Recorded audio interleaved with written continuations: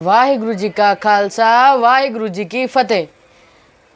धूप दीप कृत साजे आरती वारने जाओ कमलापति मंगला हर मंगला नित मंगल राजा राम राय को उत्तम दियरा निर्मल बाती तू ही निरंजन कमलापाति राम भगत रामानंद जान पूरन परमानंद बखान मदन मूरत पैतार गोविंद सैन पणै पज परमानंद मदन मूरत पैतार गोविंद सैन पणै पज परमानंद। साध संगत जी तुसीं शब्द जरूर सुनिया होएगा। ये शब्द हर रोज़ शाम ਨੂੰ रहरास साहिब तो बाद दुनिया भर ਦੇ ਗੁਰਦੁਆਰਿਆਂ ਵਿੱਚ ਪੜਿਆ ਜਾਂਦਾ है। ये शब्द आरती ਵਿੱਚੋਂ है ਤੇ ਅੱਜ ਦੀ जो मेरी साखी है वो इस शब्द ਦੇ ਲੇਖਕ ਭਾਵ ਭਗਤ ਸੈਣ ਜੀ ਉੱਤੇ है। ਭਗਤ ਸੈਣ ਜੀ ਦਾ ਜਨਮ 1400 ਈਸਵੀ 'ਚ ਹੋਇਆ ਤੇ ਕੁਝ ਵਿਦਵਾਨ ਕਹਿੰਦੇ ਹਨ ਕਿ ਉਹਨਾਂ ਦਾ ਜਨਮ ਅੰਮ੍ਰਿਤਸਰ ਵਿਖੇ ਹੋਇਆ ਤੇ ਕੁਝ ਕਹਿੰਦੇ ਹਨ ਕਿ ਉਹਨਾਂ ਦਾ ਜਨਮ ਕਰਨਾਟਕਾ ਵਿਖੇ ਹੋਇਆ। ਭਗਤ ਸੈਣ ਜੀ ਜਾਤ ਦੇ ਨਾਈ ਸੀਗੇ। ਹੁਣ ਸਾਧ ਸੰਗਤ ਜੀ ਮੈਂ ਤੁਹਾਨੂੰ ਇੱਕ ਚੀਜ਼ ਪੁੱਛਣਾ ਚਾਹੁੰਦਾ ਹਾਂ, ਜਦ ਵੀ ਤੁਸੀਂ ਭਗਤ ਅੱਖਰ ਸੁਣਦੇ ਹੋ ਤਾਂ ਤੁਹਾਡੇ ਮਨ ਵਿੱਚ ਕੀ ਆਉਂਦਾ ਹੈ ਕਿ ਕੋਈ ਮਨੁੱਖ ਹੋਏਗਾ ਜਿਹਨੇ ਸਾਦੇ ਵਸਤਰ ਪਾਏ ਹੋਏਗੇ ਤੇ ਸਾਰਾ ਦਿਨ ਭਗਤੀ ਕਰਦਾ ਹੋਏਗਾ ਤੇ ਕੋਈ ਕੰਮਕਾਜ ਨਹੀਂ ਕਰਦਾ ਹੋਏਗਾ। ਪਰ ਸਾਧ ਸੰਗਤ ਜੀ ਇੱਦਾਂ ਦੇ ਵੀ ਭਗਤ ਹਨ ਜੋ ਕਿ ਕਿਰਤ ਕਮਾਈ ਵੀ ਕਰਦੇ ਹਨ, ਭਗਤੀ ਵੀ ਕਰਦੇ ਹਨ ਤੇ ਆਪਣੀ ਕਿਰਤ ਕਮਾਈ ਵਿੱਚੋਂ ਦਸਵੰਧ ਵੀ ਕੱਢਦੇ ਹਨ। ਜਿੱਦਾਂ ਕਿ ਭਗਤ ਕਬੀਰ ਜੀ ਕੱਪੜਾ ਬੁਣਦੇ ਸੀਗੇ, ਭਗਤ ਧੰਨਾ ਜੀ ਖੇਤੀ ਕਰਦੇ ਸੀਗੇ, ਉੱਦਾਂ ਹੀ ਭਗਤ ਸੈਣ ਜੀ ਰਾਜਾ ਬਾਦਵਗੜ੍ਹ ਦੇ ਨੌਕਰ ਸੀਗੇ। ਉਹਨਾਂ ਦਾ ਕੰਮ ਕੀ ਸੀਗਾ ਕਿ ਉਹਨਾਂ ਨੇ ਸਵੇਰੇ ਜਾ ਕੇ ਰਾਜੇ ਨੂੰ ਉਠਾਉਣਾ, ਨਹਿਲਾਉਣਾ, ਰਾਜੇ ਦੀ ਮਾਲਿਸ਼ ਕਰਨੀ, ਰਾਜੇ ਦੇ ਨਾਂ ਲਾਣੇ ਤੇ ਰਾਜੇ ਨੂੰ ਨਵੇਂ ਵਸਤਰ ਪਾਉਣੇ। ਤੇ ਸਾਧ ਸੰਗਤ ਜੀ ਇਹ ਸੇਵਾ ਕਰਨ ਵਾਸਤੇ ਭਗਤ ਜੀ ਨੂੰ ਸਵੇਰੇ ਜਲਦੀ ਜਾਣਾ ਪੈਂਦਾ ਸੀਗਾ। ਹੁਣ ਸਾਧ ਸੰਗਤ ਜੀ ਭਗਤ ਜੀ ਦੇ ਵੇਲੇ ਭਗਤੀ ਲਹਿਰ ਬੜੇ ਜ਼ੋਰੋ ਸ਼ੋਰੋ ਨਾਲ ਚੱਲ ਰਹੀ ਸੀ। ਪੂਰੇ ਭਾਰਤ ਵਰਸ਼ ਵਿੱਚ ਸੰਤ ਜਨ ਮੰਡਲੀਆਂ ਬਣਾ ਕੇ ਘੁੰਮਦੇ ਸਨ ਤੇ ਜਿੱਥੇ ਵੀ ਥਾਂ ਮਿਲੇ ਉੱਥੇ ਬਹਿ ਕੇ ਕੀਰਤਨ ਕਰਦੇ ਹਨ। ਤੇ ਇੱਦਾਂ ਹੀ ਇੱਕ ਸੰਤਾਂ ਦੀ ਟੋਲੀ ਭਗਤ ਜੀ ਦੇ ਘਰ ਆ ਬੈਠੀ ਤੇ ਉਹਨਾਂ ਨੇ ਰਹਿਣ ਸਬਾਈ ਕੀਰਤਨ ਕਰਨਾ ਹੀਗਾ। ਹੁਣ ਸਾਧ ਸੰਗਤ ਜੀ ਇੱਥੇ ਰਹਿਣ ਸਬਾਈ ਦਾ ਭਾਵ ਹੈ ਸਾਰੀ ਰਾਤ ਕੀਰਤਨ, ਜੋ ਕਿ ਹਜੇ ਵੀ ਅੱਜ ਕੱਲ੍ਹ ਸਾਡੇ ਗੁਰਦੁਆਰਿਆਂ ਵਿੱਚ ਹੁੰਦਾ ਹੈ, ਜਿਹਦੇ ਵਿੱਚ ਕੀਰਤਨ ਸ਼ਾਮ ਨੂੰ ਸ਼ੁਰੂ ਹੁੰਦਾ ਹੈ ਤੇ ਸਵੇਰੇ ਅੰਮ੍ਰਿਤ ਵੇਲੇ ਉਹਦਾ ਭੋਗ ਪੈਂਦਾ ਹੈ। ਤੇ ਇੱਦਾਂ ਹੀ ਜਦੋਂ ਕੀਰਤਨ ਸ਼ੁਰੂ ਹੋਇਆ ਭਗਤ ਜੀ ਕੀਰਤਨ ਵਿੱਚ ਇੰਨੇ ਲੀਨ ਹੋ ਗਏ ਤੇ ਉਹਨਾਂ ਨੂੰ ਕਿਸੇ ਚੀਜ਼ ਦੀ ਸੁੱਧ ਬੁੱਧ ਹੀ ਨਾ ਰਹੀ। ਉਹਨਾਂ ਦਾ ਮਨ ਤੇ ਪਰਮਾਤਮਾ ਦੇ ਚਰਨਾਂ ਵਿੱਚ ਆ ਕੇ ਜੁੜ ਪਿਆ ਤੇ ਉਹ ਕੀਰਤਨ ਸੁਣਦੇ ਰਹੇ। ਹੁਣ ਸਾਧ ਸੰਗਤ ਜੀ ਉੱਥੇ ਰਾਜਾ ਵੀ ਸੁੱਤਾ ਪਿਆ, ਉਹਨੂੰ ਵੀ ਜਗਾ ਕੇ ਉਹਦੀ ਸੇਵਾ ਕਰਨੀ ਸੀ, ਪਰ ਭਗਤ ਜੀ ਤਾਂ ਇੱਥੇ ਭਗਤੀ ਵਿੱਚ ਲੀਨ ਹੋਏ ਹਨ। ਆਹ ਸਭ ਵੇਖ ਕੇ ਆਪਣੇ ਭਗਤ ਦੀ ਲਾਜ ਰੱਖਣ ਵਾਸਤੇ ਭਗਤਾਂ ਦੇ ਰਾਖੇ ਭਗਤ ਪ੍ਰੇਮ ਦੇ ਖਿੱਚੇ ਭਗਵਾਨ ਨੇ ਭਗਤ ਸੈਣ ਜੀ ਦਾ ਰੂਪ ਧਾਰਨ ਕੀਤਾ ਤੇ ਰਾਜ ਦਰਬਾਰ ਵਿੱਚ ਗਏ, ਰਾਜੇ ਨੂੰ ਜਗਾਇਆ, ਰਾਜੇ ਨੂੰ ਨਹਿਲਾਇਆ, ਉਹਦੇ ਨਾਂ ਲਾਏ, ਉਹਦੀ ਮਾਲਿਸ਼ ਕੀਤੀ, ਉਹਨੂੰ ਨਵੇਂ ਵਸਤਰ ਪਵਾਏ ਤੇ ਇੰਨੀ ਰੀਝ ਨਾਲ ਸੇਵਾ ਕੀਤੀ ਕਿ ਰਾਜਾ ਤੇ ਬੜਾ ਖੁਸ਼ ਹੋਇਆ। तो इन्ना खुश होया कि उन्हें गल विचों सोने दी मणकियां वाली माला कढ़ के भगवान दे गल विच पाती तो भगवान हस पाया। तो उन्होंने अपनी माया शक्ति नाल सोने की माला भगत सैण जी के गल विच पाती, जो कि हजे भी घरे बह के भगती कर रहे सन। ਹੁਣ ਸਾਧ ਸੰਗਤ ਜੀ ਜਦੋਂ ਕੀਰਤਨ ਦਾ ਭੋਗ ਪਿਆ ਸਵੇਰੇ ਤੜਕੇ ਭਗਤ ਜੀ ਨੂੰ ਸੁਰਤ ਆਈ, ਫਿਰ ਉਹਨਾਂ ਨੂੰ ਯਾਦ ਆਇਆ ਕਿ ਅੱਜ ਤੇ ਰਾਜ ਦਰਬਾਰ ਗਿਆ ਹੀ ਨਹੀਂ ਮੈਂ, ਰਾਜਾ ਤੇ ਬੜਾ ਗੁੱਸਾ ਹੋਏਗਾ। ਤੇ ਉਹ ਛੇਤੀ ਛੇਤੀ ਭਗਤ ਜੀ ਰਾਜ ਦਰਬਾਰ ਵੱਲ ਤੁਰ ਪਏ। ਤੇ ਜਦੋਂ ਰਾਜ ਦਰਬਾਰ ਵੱਲ ਪਹੁੰਚਦੇ ਹਨ ਤਾਂ ਕੀ ਵੇਖਦੇ ਹਨ, ਰਾਜਾ ਤੇ ਨਵੇਂ ਵਸਤਰ ਪਾ ਕੇ ਨਹਾ ਧੋ ਕੇ ਇੱਕਦਮ ਮਹਿਲ ਦੇ ਬਾਹਰ ਟਹਿਲ ਰਿਹਾ ਹੈ। ਫਿਰ ਭਗਤ ਜੀ ਜਰਾ ਥੋੜਾ ਨੇੜੇ ਜਾਂਦੇ ਹਨ ਤੇ ਰਾਜਾ ਉਹਨਾਂ ਨੂੰ ਕਹਿੰਦਾ ਹੈ, ਕੀ ਹੋਇਆ ਸੈਣ ਜੀ, ਤੁਹਾਨੂੰ ਕਿਸੇ ਚੀਜ਼ ਦੀ ਲੋੜ ਹੈ? ਅੱਜ ਦੀ ਤੁਹਾਡੀ ਸੇਵਾ ਨੇ ਤਾਂ ਬੜਾ ਹੀ ਦਿਲ ਖੁਸ਼ ਕੀਤਾ।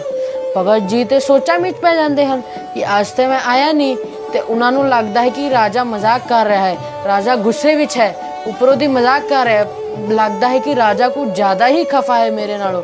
ਤੇ ਭਗਤ ਜੀ ਡਰਦੇ ਹੋਏ ਰਾਜੇ ਮੂਹਰੇ ਗੋਡਿਆਂ ਭਾਰ ਗਿਰ ਜਾਂਦੇ ਹਨ ਤੇ ਕੰਬਦੀ ਹੋਈ ਆਵਾਜ਼ ਵਿੱਚ ਕਹਿੰਦੇ ਹਨ, ਹੇ ਰਾਜਨ ਮੈਨੂੰ ਮਾਫ ਕਰ ਦਿਓ, ਅੱਜ ਮੈਂ ਸਵੇਰੇ ਆ ਨਹੀਂ ਪਾਇਆ, ਘਰੇ ਸੰਤਾਂ ਦੀ ਟੋਲੀ ਆ ਗਈ ਸੀ ਤੇ ਉਹਨਾਂ ਨੇ ਰਹਿਣ ਸਬਾਈ ਕੀਰਤਨ ਕਰਨਾ ਸੀ ਤੇ ਮੇਰਾ ਚਿੱਤ ਕੀਰਤਨ ਵਿੱਚ ਇੰਨਾ ਜੁੜਿਆ ਰਿਹਾ ਕਿ ਮੈਨੂੰ ਰਾਜ ਦਰਬਾਰ ਆਉਣ ਦਾ ਸੁਝਿਆ ਹੀ ਨਹੀਂ।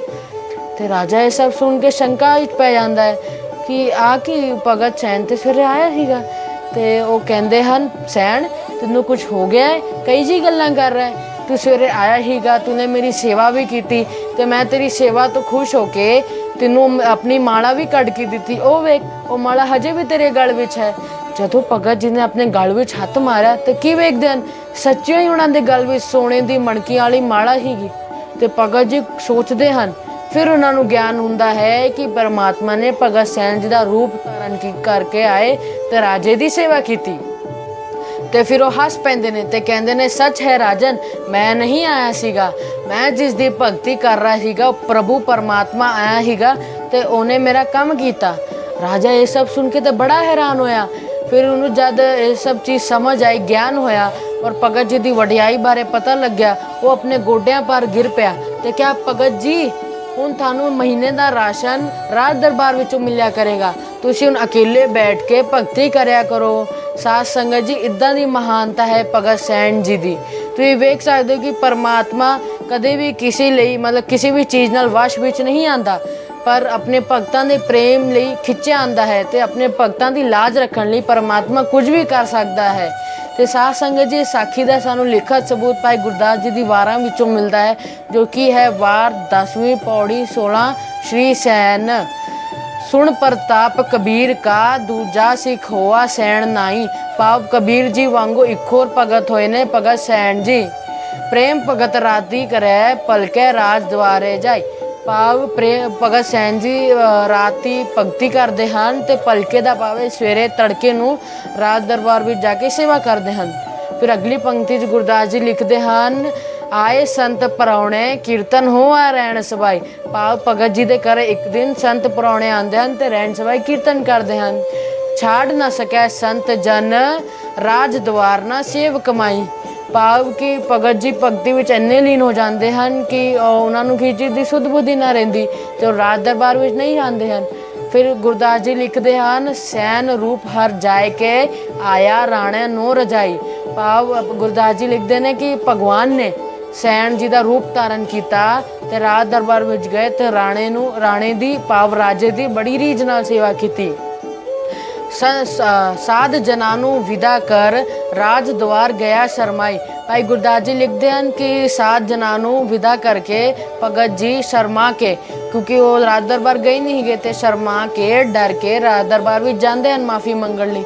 ਤਦੋਂ ਕੀ ਹੁੰਦਾ ਹੈ, ਭਾਈ ਗੁਰਦਾਸ ਜੀ ਲਿਖਦੇ ਹਨ, ਰਾਣੇ ਦੂਰੋਂ ਸਦਕੇ ਗਲੋ ਕਵਾਏ ਖੋਲ ਪਹਿਨਾਈ।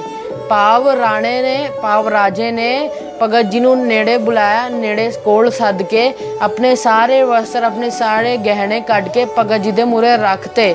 ਫਿਰ ਅਗਲੀ ਪੰਕਤੀ 'ਚ ਕਹਿੰਦੇ ਹਨ, ਵਸ ਕੀਤਾ ਹੋ ਤੁਧ ਅਜ ਬੋਲੇ, ਰਾਜ ਸੁਣੇ ਲੋਕਾਈ। ਭਾਵ ਰਾਜਾ ਕਹਿੰਦਾ ਹੈ ਕਿ ਤੁਸੀਂ ਨੇ ਤੇ ਮੈਨੂੰ ਵਸ਼ ਵਿੱਚ ਕਰ ਲਿਆ ਔਰ ਇਹ ਸਭ ਮੇਰੀ ਜਿਹੜੀ ਲੋਕਾਈ ਹੈ, ਮੇਰੀ ਜੋ ਪ੍ਰਜਾ ਹੈ, ਉਹ ਸਭ ਵੇਖ ਰਹੀ ਹੈ ਤੁਹਾਡੀ ਮਹਾਨਤਾ। ਫਿਰ ਭਾਈ ਗੁਰਦਾਸ ਜੀ ਲਿਖਦੇ ਹਨ, ਪ੍ਰਗਟ ਕਰੇ ਭਗਤ ਵਡਿਆਈ। ਭਾਵ ਇੱਦਾਂ ਪਰਮਾਤਮਾ ਆਪਣੇ ਭਗਤਾਂ ਦੀ ਵਡਿਆਈ ਕਰਦਾ ਹੈ। ਸਾਧ ਸੰਗਤ ਜੀ, ਮੇਰੀ ਕਥਾ ਬੋਲਦਿਆਂ ਹੋਇਆ ਅਨੇਕਾਂ ਭੁੱਲਾਂ ਚੁੱਕਾਂ ਹੋ ਗਈਆਂ ਹੋਣਗੀਆਂ। ਅਣਜਾਣ ਬੱਚੇ ਸਮਝ ਕੇ ਮਾफ़ ਕਰਨਾ। ਤੇ ਸਾਧ ਸੰਗਤ ਜੀ, ਇਸ ਸਾਖੀ ਤੋਂ ਇੱਕੋ ਹੀ ਸਿੱਖਿਆ ਮਿਲਦੀ ਹੈ ਕਿ ਪਰਮਾਤਮਾ ਸਿਰਫ ਭਗਤੀ ਨਾਲ ਹੀ ਬੁਲਾਇਆ ਜਾ ਸਕਦਾ। ਭਾਵ ਭਗਵਾਨ ਨੂੰ ਜੇਕਰ ਪਾਣਾ ਹੈ ਤੇ ਭਗਤੀ ਹੀ ਇੱਕੋ ਇੱਕ ਰਾਸਤਾ ਹੈ, ਹੋਰ ਕੋਈ ਰਾਸਤਾ ਨਹੀਂ ਹੈ। ਤੇ ਪਰਮਾਤਮਾ ਆਪਣੇ ਭਗਤਾਂ ਲਈ ਕੁਝ ਵੀ ਕਰ ਸਕਦਾ ਹੈ। ਸਾਧ ਸੰਗਤ ਜੀ, ਭੁੱਲਾਂ ਚੁੱਕਾਂ ਦੀ ਖਿਮਾ। ਵਾਹਿਗੁਰੂ ਜੀ ਕਾ ਖਾਲਸਾ, ਵਾਹਿਗੁਰੂ ਜੀ ਕੀ ਫਤਿਹ।